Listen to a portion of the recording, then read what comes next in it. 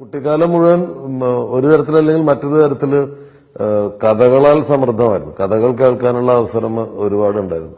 ഞാൻ NSS college ഹൈസ്കൂളിലേക്ക് ചേർന്നപ്പോ ഒരിക്കല് വെള്ളിയാഴ്ച ഉച്ചയ്ക്ക് നേരത്തെ ഭക്ഷണം കഴിച്ചിട്ട് ക്ലാസ്സിലെ ചില ആൺകുട്ടികള് സ്കൂളിന്റെ ഓപ്പോസിറ്റുള്ള ബിൽഡിങ്ങിന്റെ അപ്സ്റ്റെയറിലേക്ക് പോകുന്നത് ഞാൻ കാണാറുണ്ട്. അപ്പൊ ഞാൻ ഒരു ദിവസം അങ്ങനെ പോകുന്ന ഒരുത്തനോട് ചോദിച്ചു, നിങ്ങൾ എവിടേക്ക് ഈ വെള്ളിയാഴ്ച ഉച്ചയ്ക്ക് മാത്രം പോകണത്?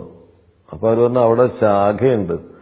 അപ്പം RSSന്റെ പ്രവർത്തകരായിട്ടുള്ള ആളുകൾ ഈ വെള്ളിയാഴ്ച ഉച്ചയ്ക്ക് കുറച്ചധികം നേരമുള്ള സമയത്ത് കുട്ടികൾക്ക് കഥകൾ പറഞ്ഞു കൊടുക്കും.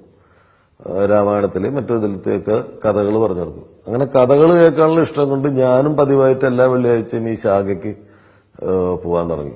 അപ്പൊ അവിടെ വിജയകുമാർ എന്ന് പറഞ്ഞ ഒരു ചേട്ടനാണ് ഈ കഥകൾ പറഞ്ഞു കൊടുക്കുക. വളരെ സാത്വിക ഭാവമുള്ള, വളരെ കുട്ടികളോട് നന്നായി ഇടപെടുന്ന, നല്ല രസമായി കഥ പറയുന്ന ഒരാള്. കുറച്ചു കാലം ഒരു വർഷം 2 വർഷം ഞാൻ അവിടെ പതിവായിട്ട് വെള്ളിയാഴ്ചകളിൽ കഥ കേൾക്കാൻ പോകാറുണ്ട്.